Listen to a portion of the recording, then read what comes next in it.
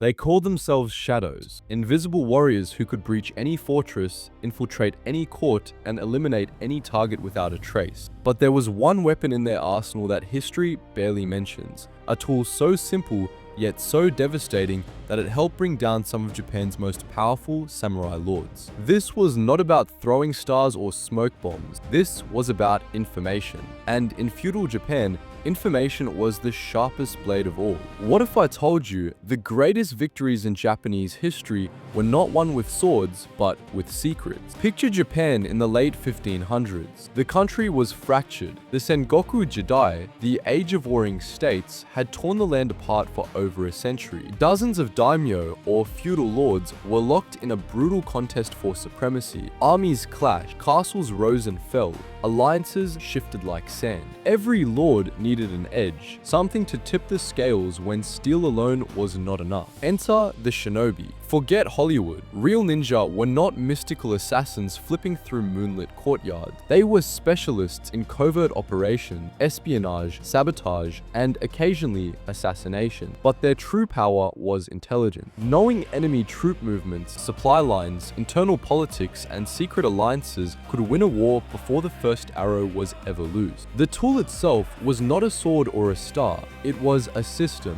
a vast network of informants, collaborators, and agents cultivated with meticulous care. Think of it as feudal Japan's intelligence agency, hidden in plain sight. Shinobi spent years building these networks. They planted agents as merchants, monks, servants, and entertainers. Each person was selected, trained, and positioned to feed information back to their handlers. A merchant might note which roads were being fortified. A monk could overhear conversations about troop movement. A servant could observe which advisors had the lord's ear. Individually, these scraps meant little, but when they were pieced together, they formed a complete picture of the enemy's intentions, capabilities, and weaknesses. This network gave their employers something priceless: strategic foresight. While enemies stumbled forward in the fog of war, shinobi-enabled lords could see clearly. The year is 1560.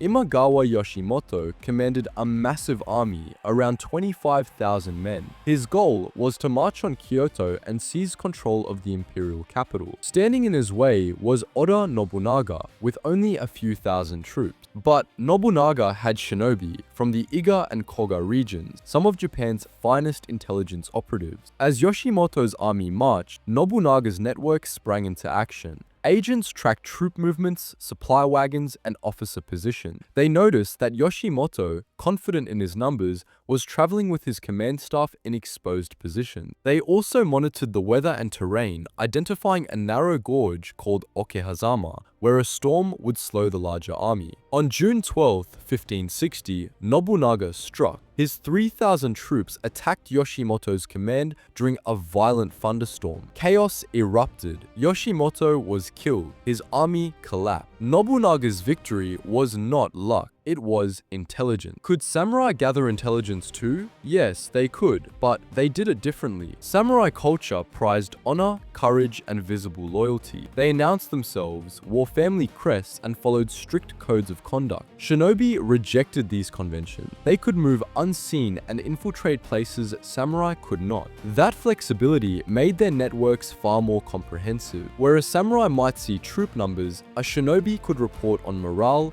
alliances, and even the personal habits of enemy leaders. Rebels, including Christians and masterless samurai, fortified Hara Castle in Kyushu. The shogunate's army suffered heavy losses in direct assault. They needed intelligence, food supplies, ammunition, leadership structure, morale, and potential defectors. Shinobi gathered this information, disguising themselves as merchants, fishermen, or sympathetic Christians. The intelligence revealed critical weaknesses. Food was running low. Ammunition was nearly exhausted. The rebels were desperately hoping for outside support. The shogunate adjusted its tactics, cutting supply lines and spreading disinformation. When the final assault came in April 1638, the fortress fell quickly. Intelligence had turned what could have been a long and bloody siege into a decisive victory. Ironically, these intelligence networks later became a threat to the very rulers they had helped. By the mid-1600s, Japan was at peace under Tokugawa rule. Shinobi, trained to move between social classes and operate outside rigid hierarchies, posed a danger to this new order.